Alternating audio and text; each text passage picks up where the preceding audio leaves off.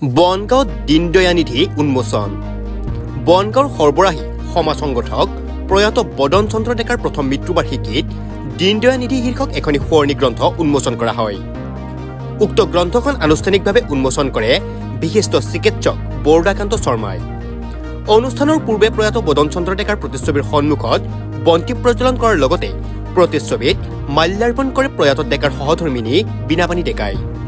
ইয়াৰ পিছতে অনুষ্ঠিত স্মৃতিচাৰণ তথা গ্ৰন্থ উন্মোচনী সভাত কেইবাগৰাকীও বিশিষ্ট ব্যক্তি তথা গুণমুগ্ধই ডেকাৰ কৰ্মজীৱন আৰু ব্যক্তিত্বক সুঁৱৰি গভীৰ আলোকপাত কৰে। শিক্ষাবিদ প্ৰভাত দাসৰ সঞ্চালনাত অনুষ্ঠিত সভাত শিক্ষাবিদ নাওকন ডেকা, অৱসৰী শিক্ষক ফুকন চন্দ্ৰ ডেকা, চিকিৎসক প্ৰবীণ চক্ৰৱৰ্তী, সোঁৱৰণী গ্ৰন্থৰ সম্পাদক তথা শিক্ষাবিদ দ্বিজেন্দ্ৰ নাৰায়ণ শৰ্মা, গ্ৰন্থ সম্পাদনা সমিতিৰ অন্যতম বীৰেন তালুকদাৰ, উপেন তালুকদাৰ, পৰেশ চক্ৰৱৰ্তীকে ধৰি কেইবাগৰাকীও বিশিষ্ট ব্যক্তি উপস্থিত থাকে।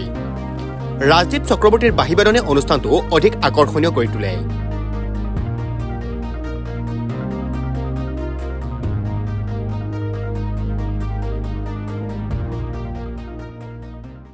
আজি মোৰ দেউতাৰ প্ৰথম মৃত্যুবাৰ্ষিকী উপলক্ষে এখন স্মৃতিগ্ৰন্থ উন্মোচন কৰা হয়।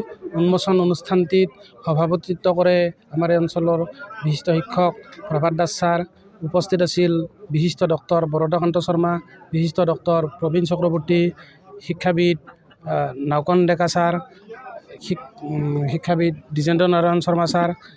আটাইলৈকে মই ধন্যবাদ পৰিয়ালৰ তৰফৰ পৰা এই স্মৃতিগ্ৰন্থ উন্মোচন অনুষ্ঠানটি সাফল্যমণ্ডিত কৰাৰ বাবে ধন্যবাদ জ্ঞাপন কৰিছোঁ।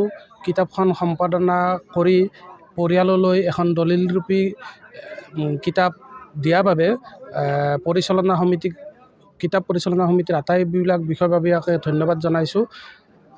শেষত পুত্ৰ হিচাপে পিতৃলৈ একাঁজলি শ্ৰদ্ধাঞ্জলি দিয়াৰ এই ক্ষুদ্ৰ প্ৰয়াস দীনদয়ানিধি আজিৰ এই স্মৃতিগ্ৰন্থখন। ধন্যবাদ। আমাৰ ফালৰ পৰা নমস্কাৰ জনাইছোঁ। আজি প্ৰয়াত বদন চন্দ্ৰ ডেকা তেখেতৰ নিজা ঘৰ বনগাঁৱত এবছৰ মৃত্যু দিৱস উপলক্ষে এটা শ্ৰদ্ধাঞ্জলি অনুষ্ঠান লগতে গ্ৰন্থ উন্মোচনী অনুষ্ঠান এটা আমি ইয়াতে আয়োজন কৰিছিল। আৰু এই গ্ৰন্থ উন্মোচনী সভাত মোকেই আচলতে উন্মোচক হিচাপে আমন্ত্ৰণ কৰি আনিছিল। আৰু এই গ্ৰন্থখনৰ যিটো উন্মোচনী সভা এইখন বৰ আকৰ্ষণীয় হৈছিল। কিতাপখনৰ উন্মোচনী গ্ৰন্থখনৰ যিটো নাম, এইটো মানুহজনৰ জীৱনচৰ্যাৰ লগত প্ৰায় মিলি গৈছিল আৰু সেইকাৰণে বেতুপাতখন বৰ আটক ধুনীয়া হৈছে। আৰু ইয়াত লিখা আটাইবোৰ লিখনিয়েই ৰাইজক ভৱিষ্যতৰ দিশ দৰ্শন কৰিব বুলি আমি অনুমান কৰিছোঁ।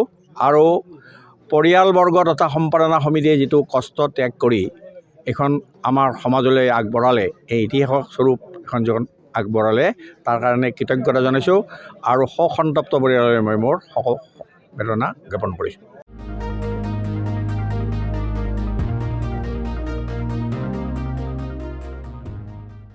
Stay informed, stay ahead.